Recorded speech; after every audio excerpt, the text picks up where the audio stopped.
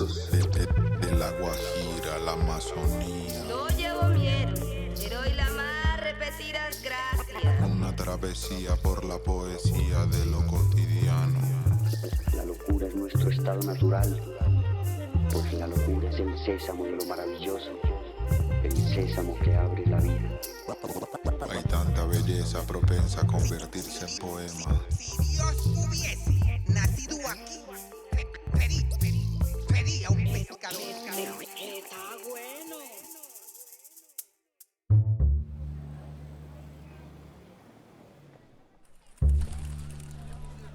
Tiempo de luz, pero de luz soñada, distinta de esta claridad terrena que los abismos del espacio llena y enciende en cada espiga su alborada. Tiempo de luz, pero de luz velada, al mortal que en la bóveda serena descifra el signo de su larga pena, al nacer de los siglos decretada. Tiempo de luz, pero de luz divina, cuajada en horizontes interiores y que otros bellos mundos ilumina. Oh luz de eternidad, bien diferente de esta luz que es hermana de las flores, porque sabe morir tan dulcemente. Con este poema del payanés Rafael Maya, que fue miembro del movimiento Los Nuevos, fundado en los años 20 del siglo XX, que se opuso con irreverencia a los moldes clásicos de la poesía imperante en esos momentos, iniciamos nuestro peregrinaje aquí, en la bellísima Ciudad Blanca, capital del departamento del Cauca, Popayán. Y es que a pesar de rebelarse en contra de las formas clásicas de la poesía, este poema refleja esa gran religiosidad que habitan los payaneses. Y es que es una suerte de búsqueda de una luz interna, ¿no? Que a veces es católica, pero no en todos los casos. Se nota mucho en la temática de los poemas de los poetas indígenas y también de las comunidades afro. Así es, y es que la religiosidad o el misticismo es una sola sed, ¿no? Es una búsqueda compartida por muchas personas.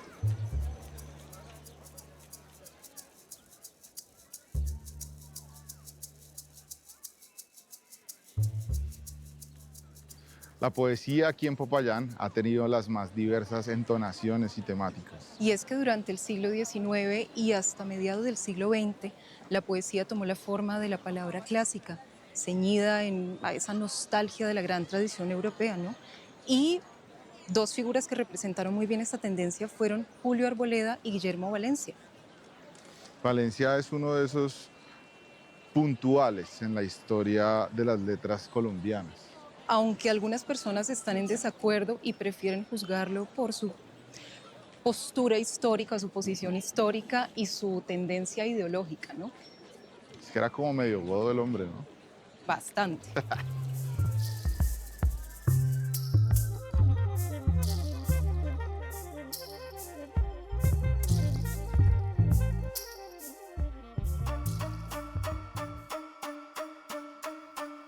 Guillermo Valencia Castillo, uno de los payaneses más famosos de la historia, tuvo increíble presencia durante muchas décadas. Perteneciente a movimientos como el parnasianismo y el modernismo, su libro Ritos fue venerado y recitado en los círculos intelectuales de las primeras décadas del siglo XX. Se trató de un personaje cosmopolita y de talento indiscutible. A quien tal vez le habría convenido abstenerse de participar en la gesta política, donde su periplo no corrió tanta suerte como en el ámbito literario. Miembro del Partido Conservador y terrateniente, tuvo una polémica relación con la realidad social payanesa y fue enemigo de cualquier reforma. Uno de los capítulos novelescos de su vida fue el de su enfrentamiento con el indígena ya mítico Quintín Lame, quien no estaba de acuerdo con sus ideas. Dicen las leyendas que el poeta amaba y odiaba alternativamente al líder indígena. Era un hombre culto y entre sus lecturas paradójicas estuvo El Capital de Carlos Marx. Entonces es posible que comprendiese los propósitos del pensador indígena, pero que su posición en la esfera social le obligase a negar cada una de sus ideas. También dicen las leyendas que estuvo muy de acuerdo y hasta gozó los arrestos y vejámenes a los que la sociedad payanesa sometió a Quintín. Gran poeta, vanguardista, nostálgico de la Europa ya finiquitada, el maestro Valencia se recuerda no solo por la poesía, sino por la manera como se vinculó la realidad de su tiempo.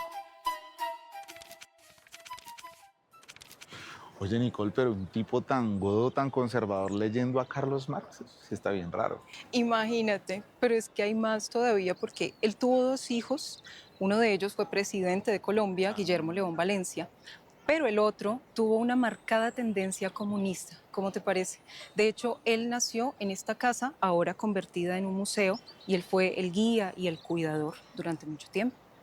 Qué curioso, ¿no? Vea, pues, es que definitivamente la poesía es para todo el mundo. No Así es. importa también sus ideologías o incluso sus dilemas internos, ¿no? Porque él estaba bien contrariado Sí, por claro que varias sí. cosas. Así como muchos de nosotros, por eso queremos invitarlos a que participen en el Premio Nacional de Poesía de RTBC. Solo de mandar sus creaciones, mínimo 3 poemas, en este correo que está aquí en pantalla. Y anímense a participar con su obra y a dejarnos ver un poco de lo que los contraría y de lo que los conflictúa, que en parte es de lo que se trata la poesía, pues.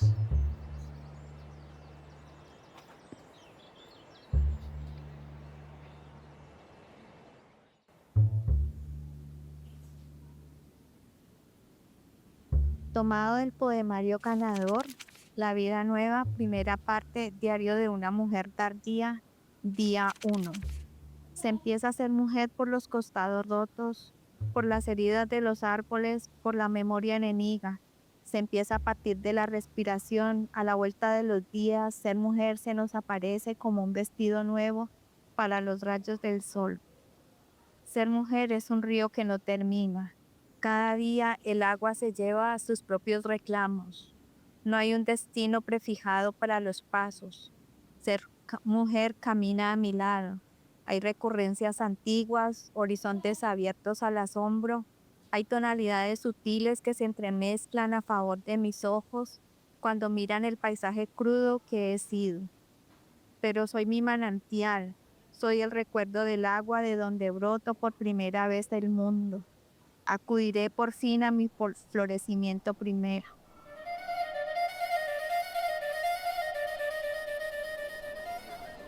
Estamos en Popayán, en el Morro, y este territorio es un sagrado terreno de los Misaki y los Paeses. Estamos aquí junto a Marta Cerón, una gran poeta de la región con la que vamos a hablar el día de hoy. El año pasado, los jurados del Premio Nacional de Poesía Inédita, la Tertulia Literaria, se quedaron sorprendidos con la obra de Marta y publicaron tu primer libro, ¿no? Para ti, ¿cómo ha sido empezar a estudiar una carrera como filosofía que es tan desafiante? ¿Cómo ha sido esa experiencia? Esa pues ha sido mi gran experiencia. Llegó de una manera tardía porque soy una mujer tardía, como lo expresa mi poesía. Ese ser que no dejé que floreciera, sino hasta que ya era bastante grandecita. ¿Qué te motivó, además de eso que nos has dicho, qué te motivó a que fuera filosofía específicamente? Bueno, en primera medida porque conocí a un gran hombre, Alfredo Rodríguez, profesor de filosofía de la Universidad del Cauca. Empecé a tener unas aproximaciones con él, empecé a ser asistente en sus clases y empezamos a tener una serie de conversaciones y muy profundas. Entonces me sugería lecturas que yo las hacía, después conversábamos acerca de esas lecturas y además de las lecturas que se hacían en sus clases, ¿no? Yo no estaba matriculada formalmente, yo no era una estudiante formal dentro del programa. Ya empezamos a conversar casi diariamente, pero partió muy pronto. Lo conocí en la etapa final de sus días. Ya no estaba presente para mí, para tener esas conversaciones que tanto me interesaban y que eran tan agradables. también exigentes.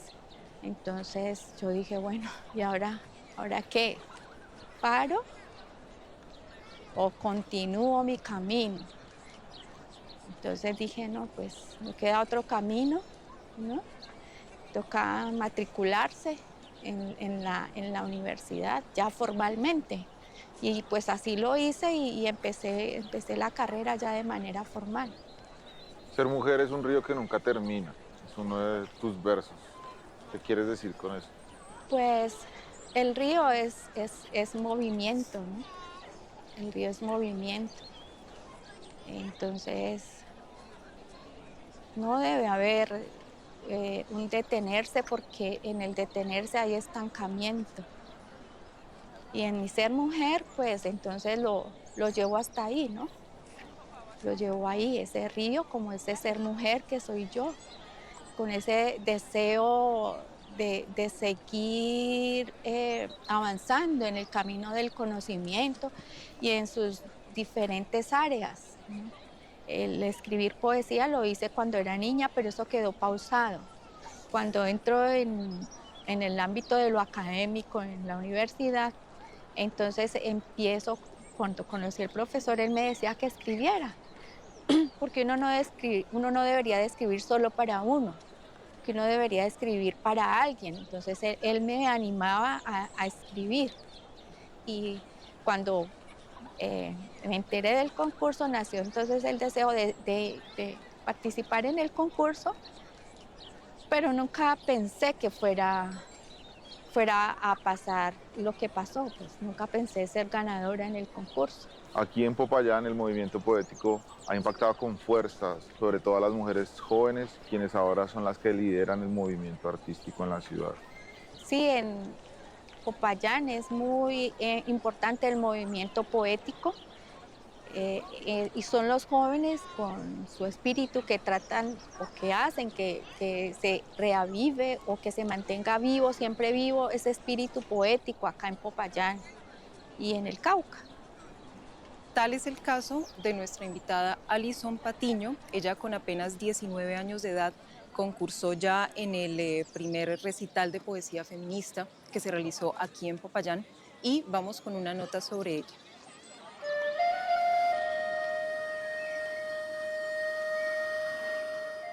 Voy a leerles uno de mis poemas, Berrinche Prematuro. No te entiendo, Señor. No entiendo como yo, que soy tu hija, soy tu mayor desconcierto. No, no entiendo. ¿Me dejaste sola? Desamparada, no, no así toda rota. No así toda confundida, toda usada, toda descompuesta y desatendida a la indecisión de saber si hoy me querrás viva.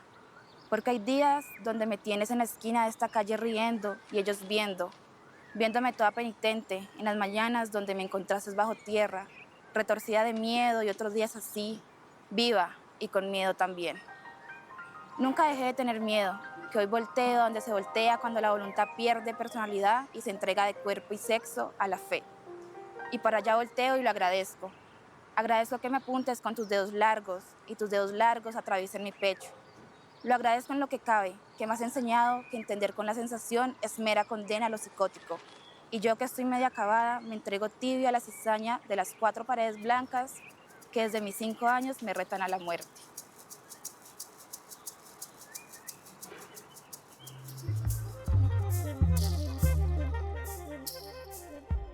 Y queremos invitarlos de nuevo a concursar en el primer concurso de poesía de RTBC. Solo tienen que mandar sus 3 obras inéditas a este correo en pantalla. Anímense a participar con sus obras hechas en Colombia. Entre los poetas payaneses no solamente está esta generación de jóvenes y bueno, tampoco las figuras consagradísimas como el gran Giovanni Quesep, sino que también tenemos otros poetas muy reconocidos, muy importantes, que son Hilda Pardo y Felipe García. Felipe García, de hecho, es antropólogo, y una sorpresa muy linda es que él escribió precisamente la nota del libro que publicó Marta. Son 2 poetas bastante reconocidos también de aquí de la región.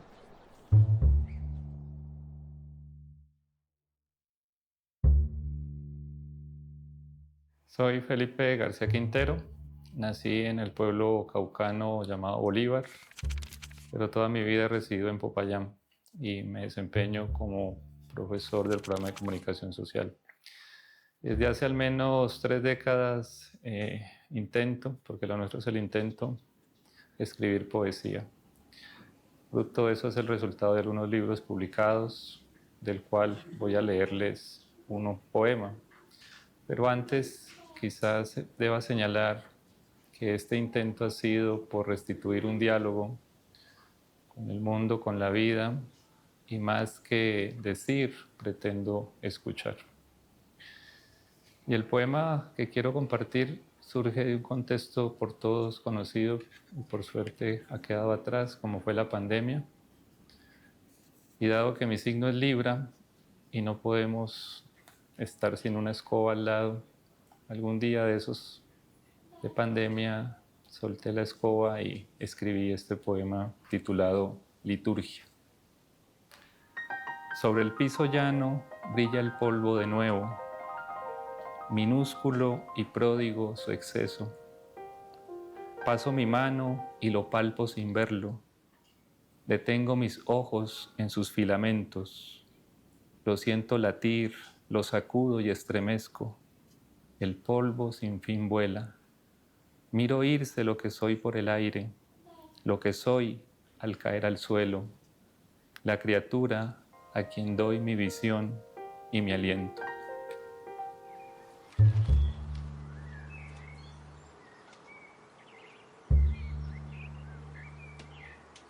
Soy Hilda Pardo, nací en Popayán. Me he dedicado a la poesía desde que era muy niña, desde el colegio, luego hubo una gran pausa, hasta que lo retomé por una convocatoria que hubo en la Casa de la Cultura. Mi madre desde muy pequeña nos declamaba poesías de poetas colombianos y nos contaba novelas también de escritores colombianos. He sido una buena lectora. Para mí la poesía es algo grandioso, es mi vida prácticamente. Así es que voy a compartir un poema de mi libro Las arenas de la noche, el lado oscuro de la luz. Soñé que tu nombre se prolongaba por siglos en los hielos del sur. Soñé con tu risa fresca de recién llegado y tu nombre creció en las constelaciones de mis ojos. Regresabas cuando no te ibas. Ahora no regresas porque siempre estás en el lado oscuro de la luz. El sueño de tu nombre sigue atravesando mi cuerpo en un recuerdo de madera desafiante, golpe de sal en mis últimos escollos. Marta, tú fuiste alumna del gran poeta Giovanni Quesep. Cuéntanos, ¿cómo transmite un personaje de esta talla el amor por la poesía a sus alumnos? ¿Cómo fue esa experiencia tuya con él? Bueno, Giovanni Quesep es una figura prominente en Popayán, y no solo en Popayán, sino en la literatura nacional y cosa de gran reconocimiento también fuera del país. Y él acostumbraba en las tardes recibirnos en un café. Y todas las personas que teníamos algo que habíamos escrito, poesía, novela, cualquier cosa en literatura o en poesía, que nos arriesgábamos a llevarle a él lo que habíamos hecho, y entonces él te decía si eso servía o no servía o qué se podía hacer con eso. Y entonces esa fue no solo para mí, sino para muchos que escribimos en Popayán, porque en Popayán se escribe mucho. Fue un gran aliciente. De hecho, Colombia verso a verso le escribió una carta al gran poeta Giovanni Quesep y vamos a escuchar la nota.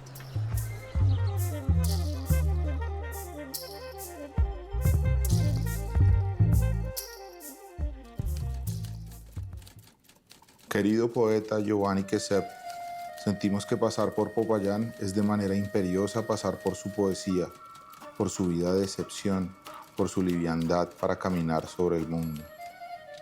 Comprendimos que su palabra es una forma de crítica de las vanidades y majaderías modernas, una bella manera de afirmar la muy necesaria vida interior, una arquitectura para suplir el vacío. Nacido en San Onofre, Sucre, la violencia nacional desplazó a su familia a muchos lugares, pero en su memoria habría de fijarse el nombre de Sincelejo, donde un profesor le presentó la Divina Comedia, Ábrete sésamo de su sensibilidad lírica. La suya es una biografía imaginaria, ocurrida mayormente en Popayán, y su itinerario, usando a veces la máscara de profesor o la de crítico, no es tan vital ni tan precioso como aquel que asoma en cada una de sus palabras. Le agradecemos su obra que parece auscultar en las profundidades nostálgicas de nuestro ser y que siempre se mantuvo autónoma, como una maravillosa república independiente. Gracias, maestro Giovanni, por sus copiosos libros con tan bellos títulos.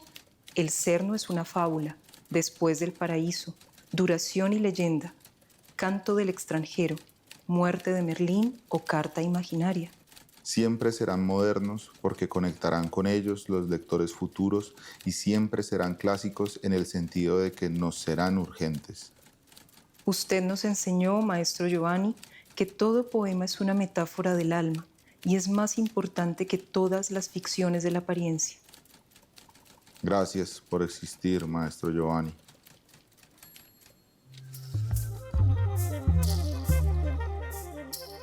Marta, ¿tú qué le dirías a una mujer adulta, digamos que ya esté llegando como a esa etapa de su vida, 40, 50 años, frente a seguir esos instintos, ¿no? En su educación, en su preparación? Yo creo que el tiempo es un límite que está en nuestra cabeza. Creo que el límite somos nosotros mismos, pero se pueden romper y hay aquí una muestra de esto. Entonces las invito a seguir trabajando, pero no se queden solo en el trabajo, sino que muestren aquello a lo que se dedican. Marta, muchísimas gracias por esta bella entrevista, por haber compartido con nosotros tu conocimiento y tus palabras, tu obra, y muchas gracias por estar en Colombia Verso. Gracias a ustedes. Bueno, pues yo quedé convencido de que en Popayán hay una búsqueda por la espiritualidad y la luz interior. Sí, a la ciudad la recorre una dulzura, corazón adentro, aunque en los calendarios de la historia no todo fue tan bonito. Es una ciudad que despierta a Dios cada mañana. De hecho, la Semana Santa que aquí se celebra fue declarada Patrimonio Inmaterial de la Humanidad por la UNESCO. ¿Cómo no celebrar algo tan sacro que a la larga también es una forma de poesía, ¿no? De hecho, hay un poema del siglo de oro español que encapsula muy bien este sentir. Nos vemos la próxima semana en Silvia, Cauca. Pero todavía no se vayan porque nos vamos a despedir desde la iglesia. Quédense conectados.